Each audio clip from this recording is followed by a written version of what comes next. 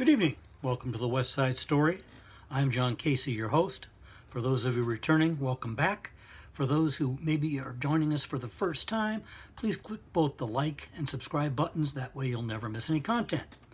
Jumping into the police report, as many of us have read recently, there was a dog napping at the Target. Value of the dogs is said to be about $30,000 a piece. It's an awful lot of money for a dog. But it happened at the Target, and the city is working on it.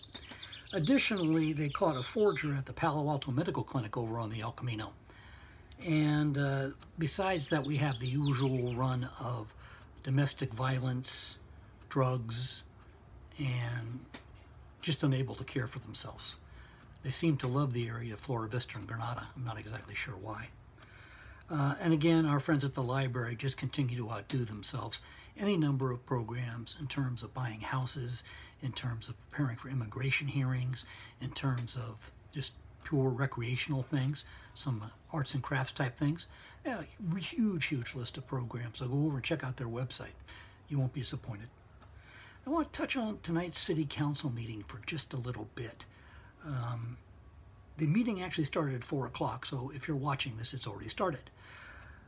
The council goes into executive session. By law, they have to show up and start the meeting, and then they can adjourn into executive session, which means they go back into that small room to the right of the dais and chat. There's some pretty interesting stuff on this list. They're still showing appoint an interim city attorney. They are still showing labor negotiations with the various unions, and they're showing 3 lawsuits. So there's some pretty heavy-duty stuff there. But there's also some pretty heavy-duty stuff on the rest of the agenda. There's a plan to increase what they charge for parks. I'm talking about the use of parks. If you want to have a picnic and have an area reserved, there's a fee for that. If you want to use the ballroom for a wedding reception or a quinceanera, there's a charge for that. And any other reason you use a city park. And they are going to increase it quite a bit, hopefully to help plug the budget deficit. So with that in mind, there's an item also on the agenda, buried down on the consent agenda, which I don't think is a good idea, but it's a request for $672,000 to repair the sign at Levi's. The alternative is $1.3 million to replace it.